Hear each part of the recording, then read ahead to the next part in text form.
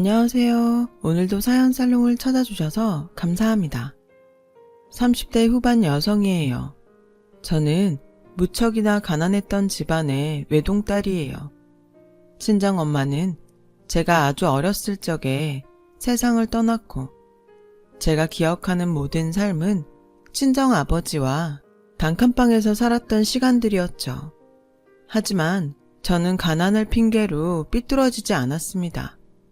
경제적 어려움 속에서도 마음만큼은 가난하지 않았거든요. 남들처럼 좋은 대학을 다니지도 못했고 좋은 직업을 갖지는 못했지만 저는 저 스스로를 이만하면 반듯하고 씩씩하게 잘 자랐다고 평가해요. 한평생 올바르게 살아오신 친정아버지의 성품을 꼭 닮은 덕분이었죠. 친정이 그토록 가난하니 결혼 생활이 쉽지 않았겠다고요? 친정은 단칸 월세방, 시댁은 반전세 옥탑방.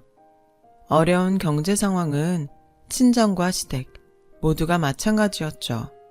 오히려 친정 단칸방에는 화장실이 딸려 있었는데 시댁 옥탑방에는 화장실이 없어서 주인집 화장실을 눈치껏 빌려 써야 하는 처지였으니 그런 점에서는 저희 친정이 조금이나마 나은 상황이라고 할 수 있는 셈이었어요. 똑같이 무척이나 가난한 친정과 시댁. 저는 양가의 살림을 오가며 어려움에 처해 있는 두 집안에 한 줄기 희망이 되어주려 노력했어요. 친정과 시댁의 가게를 도맡으면서도 10원 한 장 허투루 쓰지 않았고요. 저는 자타공인 모두가 알아주는 억척 같은 살림꾼이었어요. 그렇게 궁핍한 형편을 알뜰살뜰 이겨낸 끝에 홀아버지 친정의 빚을 모두 청산해내었죠. 그리고 또 얼마 지나지 않아서는 얘 며느라, 이게 무슨 소리니? 얘기 좀 해보렴, 응? 뭐가 뭔지를 알아야 말씀드리죠, 어머님. 아니, 방금 은행에서 문자가 왔는데 우리 집 대출금 원금 납입이 완료되었다는구나. 요즘 많이들 걸린다던 보이스피싱 뭐 그런 건 아닌 것 같고. 아, 그거요? 벌써 두 번째 반가운 소식이네요. 첫 번째는 친정아버지 대출금 청산이었고 두 번째는 방금 어머님이 받은 문자고요. 너 설마? 축하드려요. 오늘부로 어머님 빚 다 청산했어요. 아니, 그 큰 빚을 어떻게 해? 아범 월급 잘 아껴서 갚았죠. 그동안 아범 월급 아낀 돈으로 대출금을 갚아왔었다고? 그 얼마 안 되는 월급으로? 네, 뭐 덕분에 어머님이 고생이 많기는 하셨죠. 알뜰해도 너무 알뜰한 며느리 때문에 적잖이 속 썩었을 테니까요. 아우, 너도 참 무슨 말을 그렇게 한다니, 사람 서운하게. 네? 알뜰한 며느리 두었다고 속 썩은 적 없어. 오히려 가난한 집에 시집와서 고생만 시키는 것 같아서 너와 사돈에게 늘 미안하고 죄스러운 마음이었지. 대출 갚아준 것도 그래.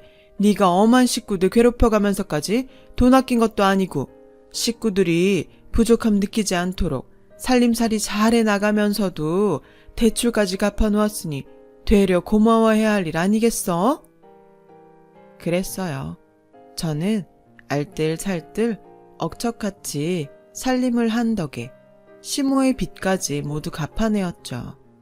덕분에 저를 향한 시모의 무한한 사랑은 몸둘 바를 모를 만큼이나 극진했고 저와 시모는 양가 똑같이 어려운 처지였기에 가난의 고충을 서로 의지해가면서 무척이나 행복한 날들을 보냈어요. 이때까지만 해도 참 바람직하고 훈훈한 결혼 생활이었죠. 그러던 어느 날 마냥 행복할 것만 같은 저의 일상을 뒤흔드는 사건이 벌어지고야 말았어요. 친정 아버지가 고향 친구이자 주식쟁이 지인으로부터 대박이라는 주식 정보를 듣게 되면서부터 시작된 사건이었어요. 어느 중소기업이 대기업과 합병을 앞두고 있으니 그 중소기업의 주식을 사준다면 어마어마한 시세 차익을 거두어 떼부자가 될 수 있다는 주식 정보였어요. 제가 듣기에도 한번 도전해 볼 만하다 싶은 조건이었죠. 당시 해당 중소기업의 주식 가격은 아주 헐값이었거든요. 솔직히 고백하자면 그 주식 정보를 들은 저와 친정아버지는 흔들렸어요. 돈이라는 게 이렇게 쉽게 벌어지기도 하고 이렇게 쉽게 부자가 될 수도 있는 거구나 싶었으니까요. 하지만 돈이라면 매사 신중한 타입이기도 했고 어찌 보면 그런 일을 벌일 성격들이 못 되었던 것 같기도 합니다. 섣불리 주식 투자 결정을 내리지는 못했고 그렇게 며칠을 각자 고민만 깊어가던 저와 친정아버지는 마침내 의기투합했죠. 아빠, 있잖아. 나 그냥 솔직히 말해도 되나? 아무렴, 아빠잖니. 가족끼리 털어놓지 못할 고민이 세상 어디 있다고. 일전에 얘기했던 그 대박 주식 있잖아. 대기업 합병 예정이라던 중소기업? 지금 있는 우리 재산 탈탈 털어서 그 주식 사놓으면 정말 쉽게 아주 큰 부자가 될 수 있을 것 같아. 그건 그렇지. 아빠도 같은 생각이야. 사실 부모된 입장에서 하나밖에 없는 딸인 네가 고생만 하면서 사는 것 같아 늘 미안하기도 했고. 만약 우리가 그 주식을 사면 얼마나 큰 부자가 될 수 있을까? 번듯한 집도 사고 여차하면 좋은 차도 한 대 뽑아버리고 평생을 남부러울 일 없이 더는 고생할 일도 없이 풍족하게 살 수 있겠지? 괜찮긴 하네요. 친정아버지 풍족하게 모시고 싶지 않은 딸은 아마 이 세상에 없는 법이라잖아. 그래, 그럼 네 생각대로 주식에는 손대지 말자꾸나. 아, 뭐야, 다 알고 있으면서 지금까지 장단 맞춰준 거야? 인서가 어떻게 모르겠니? 얼굴에 다 써있구만. 그리고 아빠 생각도 처음부터 그랬어. 주식 같은 대박 횡재수에 빠지지 말자는 생각이요? 당연하지. 우리가 평생을 얼마나 열심히 살았는데 친구는 말로는 대박 정보라고는 하지만 그게 진짜 대박인지 아닌지는 우리로서는 판단할 수 없는 일이기도 하고 전문가들도 예측하기 힘든 게 주식이라고 하니. 됐네. 얘기 끝났네. 그럼 비록 지금은 어려운 삶이지만 앞으로도 열심히 일해서 우리 힘으로 조금씩 팔자 고쳐봐요. 헛된 꿈 말고. 그렇게 저와 친정아버지는 주식이라는 위험한 도박수에 우리의 미래를 걸지는 않기로 의기투합했어요. 대신 지금보다 더 열심히 살아서 가난한 팔자를 우리의 힘으로 고쳐 나아가기로 약속했죠. 하지만 저와 친정아버지의 대화를 훔쳐들은 단 한 사람만큼은 대박이라는 주식 투자 정보를 외면하지 못했더군요.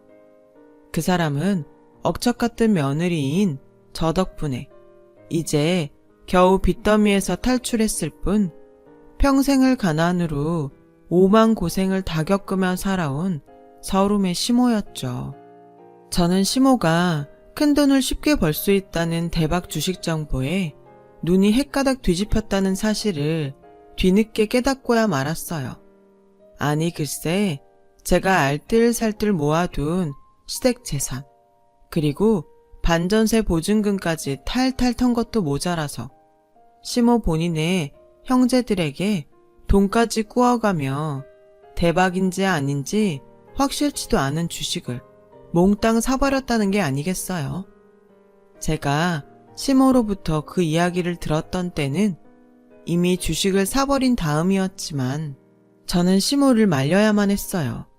주식 때문에 신세 망치고 폐인이 되었다는 불행한 이야기는 너무도 흔하게 듣던 사연이었으니까요.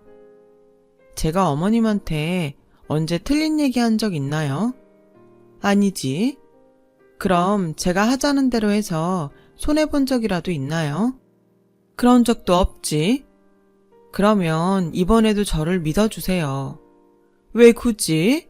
그 주식만 가지고 있으면 집도 마련하고 차도 뽑고 다 할 수 있다면서.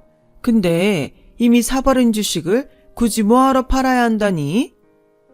어머님도 얘기는 많이 들었을 거예요.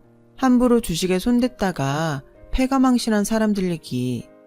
그건 주식에 함부로 손댄 사람들 얘기고, 내가 산 주식은 대박 정보가 확실하다며. 대박 정보가 확실하다고 한 적 없어요. 저랑 친정아버지 얘기는 대박인지 아닌지는 우리가 판단할 수 없는 영역이라는 얘기였고, 전문가들도 예측하기 힘든 게 주식시장이라는 얘기였을 뿐이었다고요. 시댁이 부자가 되는 게 싫은 건 아니고? 네? 막말르다가 너랑 사돈 둘이서만 부자가 되어서 떵떵거리면서 살고 싶을 수도 있는 거잖니. 친정이 부자랍시고 시댁 만만하게 대하면서 살고 싶은 욕심이라는 게 있을 수도 있는 법이잖니. 어머님, 까놓고 지금 네 행동은 그렇게밖에 보이지를 않는구나. 제가 왜 그런 생각을 해요. 그런 생각을 하면서 사는 며느리가 온갖 고생을 혼자 다 해가면서 시댁 빚까지 갚아놓아요? 아니잖아요. 제가 어머님한테 몹쓸 며느리는 아니었잖아요. 제발요 어머님. 저 지금 어머님 걱정되어서 이러는 거예요. 주식판에 저희 같은 일반인들이 끼어들기에는 너무 위험하니까 이러는 거라고요. 그니까 지금이라도 주식에 넣어둔 돈을 회수하세요. 손해보는 주식거래 수수료만큼은 제가 내드릴 테니까요. 네? 일 없다. 이놈의 가난쟁이 팔자 지긋지긋해. 이번 기회에 나도 남들처럼 팔자 한번 고쳐보련다. 이후로도 같은 실랑이가 매일 반복되었어요.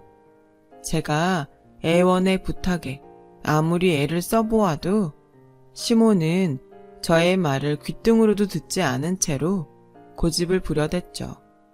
그러는 사이 시간은 자꾸만 흘러갔고 그럴수록 저의 마음은 더 급해졌어요.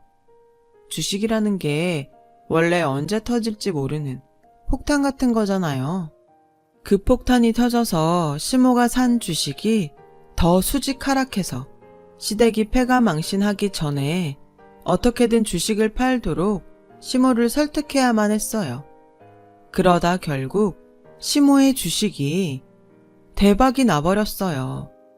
시모가 주식 투자로 얼마를 벌었는지 저로서는 정확히 알 수는 없는 일이었어요. 결혼 직후부터 쭉 제가 도맡아 관리하고 있던 시댁의 모든 통장들을 주식 투자에 관련한 불화를 겪으면서 시모에게 전부 빼앗겨버린 탓이었죠. 단 한 가지 제가 확실히 알 수 있었던 사실은 불과 몇 달 사이에 시모의 세상이 천지개벽을 이루었다는 것이었어요. 화장실도 없어서 눈칫밥 먹어가며 주인집 화장실을 빌려 써야만 했던 반전세 옥탑방에 살던 사람. 평생을 오만 고생을 다해오다가 며느리 덕분에 이제 겨우 은행 빚에서 탈출했던 처지. 그랬던 시모가 주식으로 번 돈으로 목 좋은 상권에 자리한 상가 건물주가 되었으니 그야말로 천지개벽이라는 말이 딱 걸맞을 만한 일이었죠. 순식간에 상가 건물주, 부자가 된 시모의 얼굴에서는 웃음이 떠날 날이 없었어요. 다행히 주식 투자를 반대했던 저에게 안갚음을 하거나 여전히 가난한 처지에 머물러 있는 친정을 업신여기지는 않았지만 시모의 웃음을 마주하는 저의 심경은 늘 복잡하고 불안했어요. 시모가 부자가 된 일이야 참 잘된 일이죠. 주식이 대박이 났으니 안도하는 마음도 들었고 당연히 진심으로 기뻤죠. 하지만 시모의 주식 투자가 대박일지도 모른다는 단편적인 정보 하나만으로 도전했던 일종의 묻지마 투자였기에 불안했어요. 행여 시모가 주식에 자신감을 얻은 나머지 묻지마 주식 투자를 이어간다면 주식 때문에 패가망신하는 신세가 되지 말라는 법도 없었거든요. 그래서 저는 시모에게 신신당부했어요. 진심으로 축하하고 기쁜 일이에요, 어머님. 만족하시고 이제 주식 안 하셨으면 좋겠어요. 아니, 이 좋은 걸 왜? 지금 어쩌다 한 번일 테니까요. 어머님이 이번에 한 주식 투자는 일종의 묻지마 투자였잖아요. 그 중소기업이 대기업과 합병한다는 정보가 진짜인지 아닌지 제대로 검토도 하지 않은 채로 대박일지도 모른다는 얘기 한마디에 혹해서 시작했던 묻지마 투자요. 하긴 그건 그랬지. 의외로 순순히 인정하는 시모의 태도에 저는 한번 놀랐고 이어지는 시모의 약속에 저는 또 한 번 놀라고야 말았어요. 네가 무슨 말 하는지 잘 알겠어. 근데 너무 걱정은 말렴. 나도 더는 주식을 거들떠 보지도 않을 생각이야. 이번에는 어쩌다 운 좋게 성공했다지만 다음에도 지금처럼 운 좋으라는 법은 없다는 걸 나도 잘 알고 있거든. 뭐 지금 매달 들어오는 상가 월세로도 예전 팔자보단 훨씬 풍족해진 만큼 더 부릴 욕심도 없지 싶고. 저는 그제야 진정 안도했어요.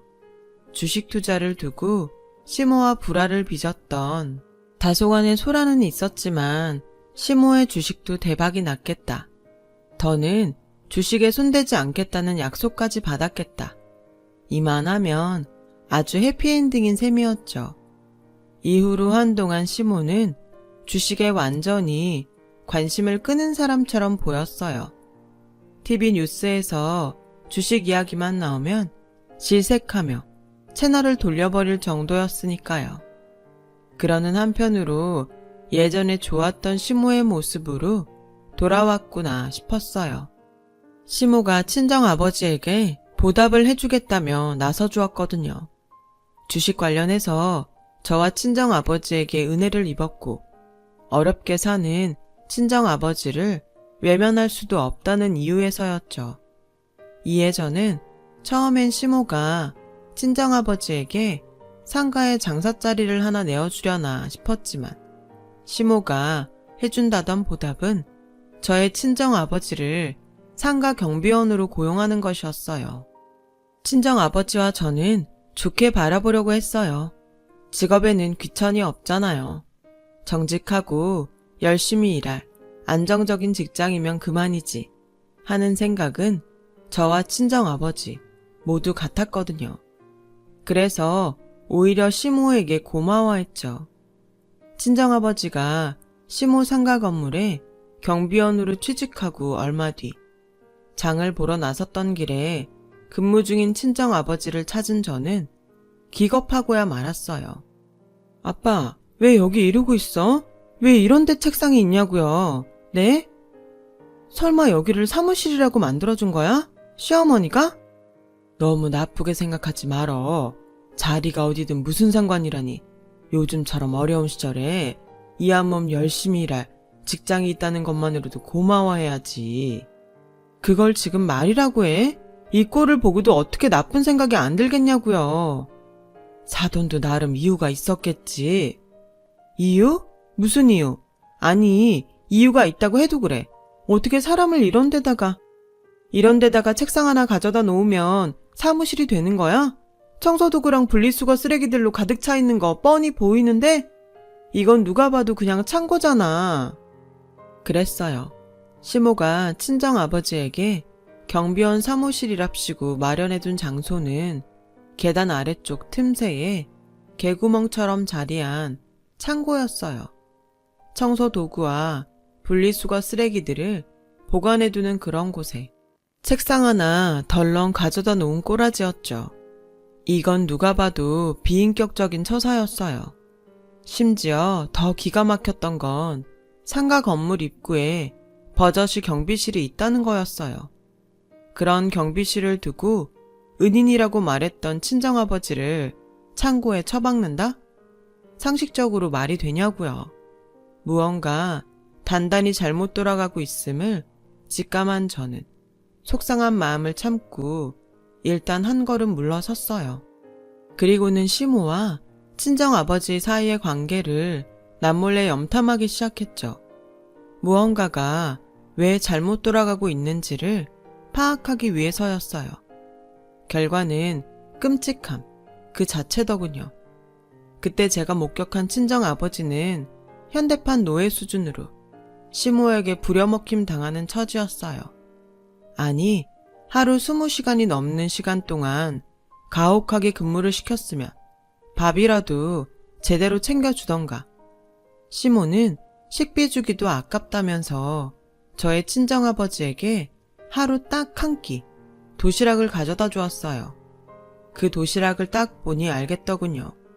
시모의 이빨 자국이 선명하게 남아있는 깍두기.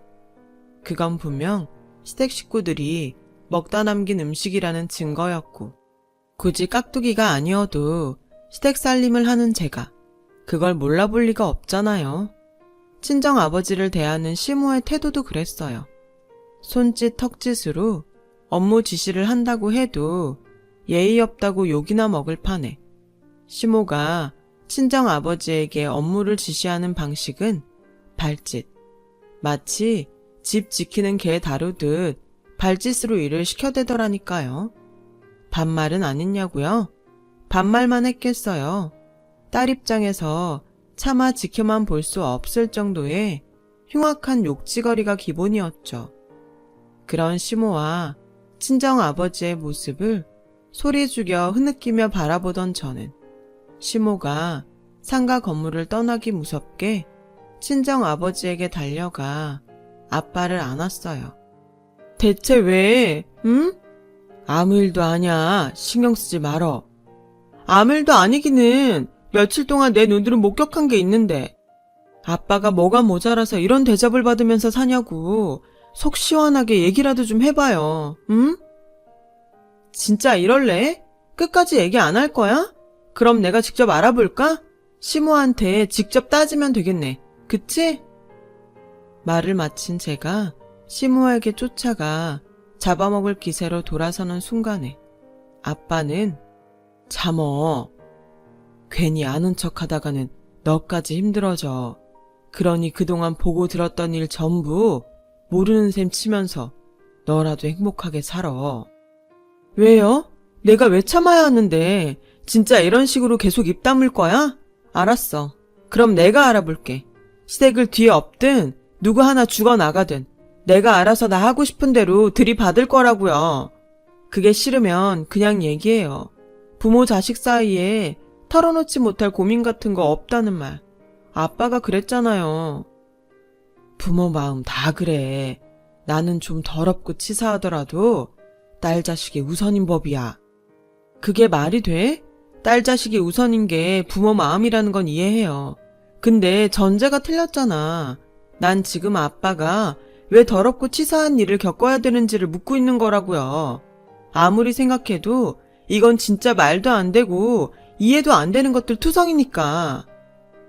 이게 다 그놈의 돈노름 때문 아니겠니? 돈노름? 설마 주식?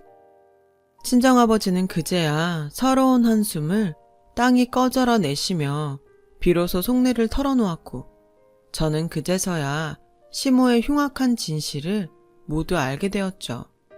친정아버지가 시모의 건물에 경비원으로 첫 출근을 하던 날 시모가 친정아버지를 찾아와 은밀한 제안을 건넸어요. 대박 주식 정보 하나를 더 알려주면 경비원이 아닌 장사짜리를 내어주겠다는 제안이었죠. 하지만 친정아버지는 그만한 정보를 알지도 못했고 뜨내기 정보로 주식을 하기엔 너무 위험하다면서 시모의 제안을 거절했대요. 그때부터였다더군요. 시모가 인간 쓰레기로 돌변한 건 주식 정보를 거절당한 시모가 제일 먼저 한 일은 상가 건물 입구에 멀쩡히 있던 경비실을 폐쇄하고 새 경비실로 옮기는 것이었어요. 그 경비실이 바로 계단 아래 틈새에 자리한 청소 도구와 분리수거 쓰레기들을 보관해두는 창고였죠. 그러면서 시모가 한 말은 더럽고 치사하면 주식 정보 내놓아라. 친정아버지가 한사코 거절하자 현대판 노예 수준으로 친정아버지를 부려먹기 시작하면서 또 강요했다더군요. 인간답게 살고 싶으면 주식 정보를 내놓아라. 그 얘기를 들은 저는 친정아버지에게 온갖 수모를 겪으면서도 딸인 저에게는 비밀로 참아야만 했던 이유라도 있냐고 울면서 되물었고, 이어지는 친정아버지의 답변이 저의 가슴을 미어지게 만들었어요. 며느리 너까지 들먹이면서 협박을 해오더구나. 아비가 겪는 수모를 딸에게 물려주고 싶지 않으면 입 닥치고 죽은 듯 살라고, 경비원을 벗어나려고도 하지 말라고. 까짓거 떠도는 주식 정보 알려주지 뭐하러. 내가 주식 뭘 안다고 그걸 함부로 알려준다니. 아빠 친구 있잖아요. 시모가 대박낸 정보 알려준 주식쟁이. 그거야 말 그대로 횡재였을 뿐이지. 다음에는 그 사람도 뭘 알겠어. 망하면 뭐 어때? 내가 망하나? 지들이 망하지. 아무거나 알려줘버려. 혹여나 망하면 그 원망이 다 너에게 쏟아지지 않겠어? 그래서 참았던 거예요. 내가 아빠처럼 그런 일 겪게 될까봐 걱정되어서. 그래서 참을 수밖에 없었던 거야? 미안하구나, 아버지 된 체면에. 아니? 미안할 일 아니라고요. 아빠가 잘못한 것도 아닌데 아빠가 왜 미안해? 아빠 마음, 딸 자식 사랑 너무 잘 알겠어요. 그리고 너무 고생 많았어요. 잘 버텨내줘서 고마워요. 이제는 내가 다 알아서 할 테니까 나오지 마세요. 약속할 수 있죠? 그렇게 시모의 흉악한 진실을 모두 알게 되었고, 친정아버지를 지켜내겠다는 각오까지 다진 저는 곧장 시모에게 쳐들어갔어요. 아무것도 모르는 시모는 착한 시어머니 연기로 저를 맞이했고, 저는 시모가 친정아버지에게 가져다 주었던 도시락을 가증스런 시모의 낯짝에 들이부었어요. 그러자 시모는 한참이나 말이 없더니 알았구나 너. 모를 수가 없는 일이니까. 내 그렇게 입단속을 시켰건만. 입단속이라기보다는 협박이었죠. 그래서 뭐 어쩌려고? 니까 것들처럼 가난한 신세들이 돈 있는 나한테 뭐 복수할 방법이라도 있다든? 복수? 그런 걸 왜 굳이 내 손으로 해야만 하는데? 당신 같은 쓰레기는 하늘이 알아서 천벌을 내리게 되어 있는 법인데 내가 왜 굳이? 그 나이 처먹고 뭘 제대로 배우지도 못한 모양인데. 하긴 앞으로 살면서 다 증명되겠지. 앞으로 안 보고 살겠다? 일단 물어보고 이혼 소송까지 해야 하는지 아니면 이대로 돌아서서 가버리면 끝일지. 시모에게 톡 쏘아붙인 저는 휘둥그레진 눈으로 영문을 몰라 하던 남편에게 돌아섰어요. 그리고는 시모의 흉악한 진실을 남편에게 들려주었어요. 그러자 남편은 엄마가 잘못했네. 사람이 사람한테 그러면 안 되는 거잖아. 아무리 돈에 눈이 멀었더라도 최소의 인간성만큼은 지켜줬어야지. 그리고 엄마가 장인어른이랑 와이프한테 이러는 거 아니야. 와이프가 반대를 좀 하긴 했어도 어쨌든 와이프랑 장인어른 덕분에 이만큼 부자 됐으면 고마운 줄 알아야지. 그래서 너까지 엄마 버릴래? 글쎄, 내가 엄마를 버린 건가? 엄마가 스스로 사람이기를 포기한 거고 엄마가 우리를 먼저 버린 거지. 그놈의 주식 노름, 돈 욕심에 빠져서. 말을 마친 남편은 저와 함께 짐을 챙겨 시댁을 떠났고 상가 건물에서 오매불망 저를 기다리고 있던 친정아버지를 모시고 그 지옥 같은 시모의 그림자로부터 탈출했죠. 마침 득달같이 쫓아온 시모가 저와 친정아버지 그리고 남편이 떠나가는 뒷모습을 향해 악다구니를 치더군요. 그래, 꺼져! 다 꺼져버려! 니까 것들 없어도 난 주식으로 더 큰 부자가 될 거니까는 그때 가서 무릎 꿇고 구걸해봤자 얄짤없어, 이 망할년 놈들아! 그날 시모의 악다구니에 대한 저의 대답은 없었어요. 그냥 코웃음이나 보란듯이 한번 칠 뿐이었죠. 굳이 저의 입을 더럽히지 않더라도 얼마 지나지 않아서 시모 제 발로 시궁창에 걸어 들어가리라는 것이 너무 뻔히 보이는데 굳이 저의 입을 더럽힐 필요까지는 없었으니까요. 그렇게 시모와의 악연은 정리가 되나 싶었지만 의절로부터 딱 2년 뒤 시모와 저는 어느 벤츠 매장에서 뜻밖의 재회를 했어요. 저는 억대 벤츠를 2대째 구매하는 고객으로 한때나마 주식 부자가 되었던 시모는 그 벤츠 매장에서 청소하는 청소부로. 이게 어떻게 된 일이냐고요? 지난 2년 사이 친정 월세 단칸방 계약이 끝나서 이제 조금이라도 더 나은 곳으로 아빠를 옮겨드려야겠다는 생각에 이사를 했거든요. 그러다 장롱 아래 구멍난 장판 밑에서 누리끼리 빛바랜 낡은 종이 무더기를 발견했어요. 그 종이 무더기를 잘 살펴보니 오래된 주식증권이더군요. 그제야 친정아버지는 궁핍한 삶에 치여 잊고 지냈던 옛 기억을 떠올렸어요. 젊을 적 친정아버지는 영세한 외국계 기업의 공장에서 근무했었는데요. 경제 위기와 함께 구조조정 바람이 불어닥친 탓에 갑작스럽게 퇴직을 신청하게 된 친정아버지가 퇴직금 대신에 받았던 주식이 바로 그 빛바랜 주식증권들이었어요.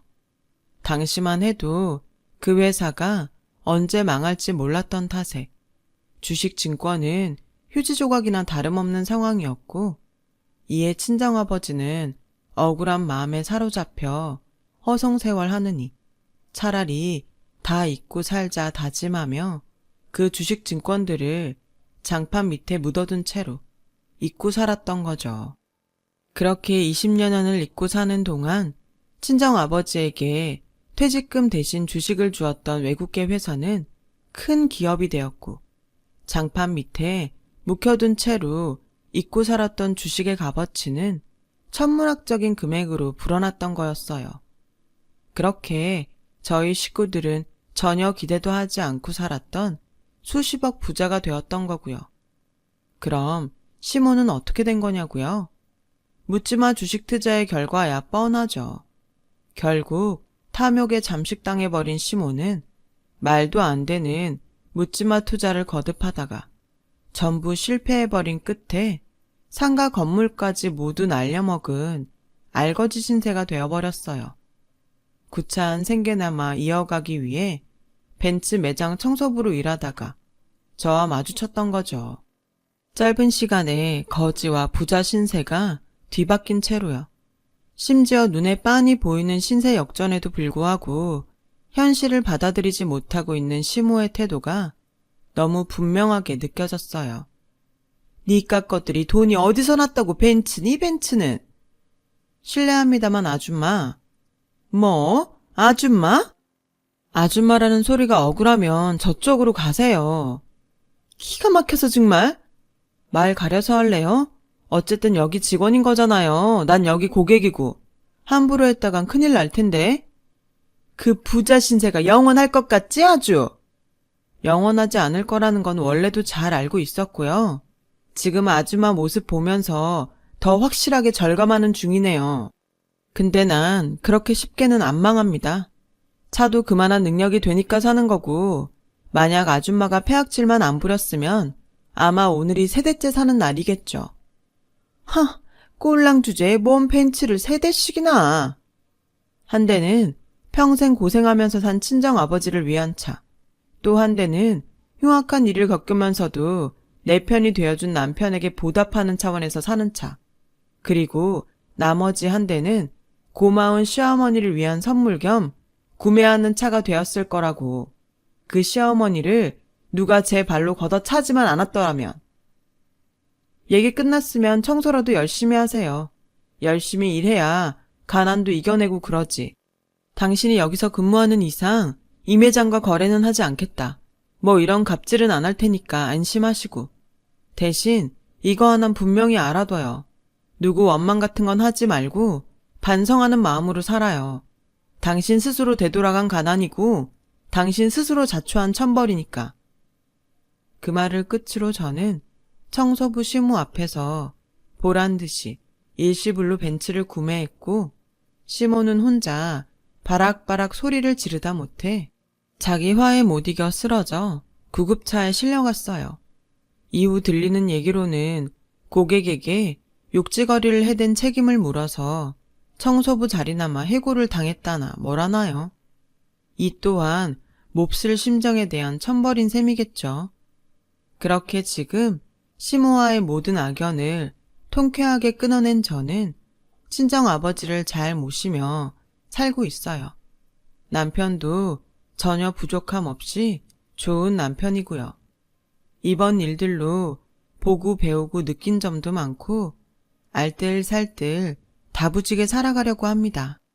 모두들 이런 때 정말 좋은 일들만 가득가득 일어나셔서 행복하셨으면 좋겠고 다들 부자 되세요.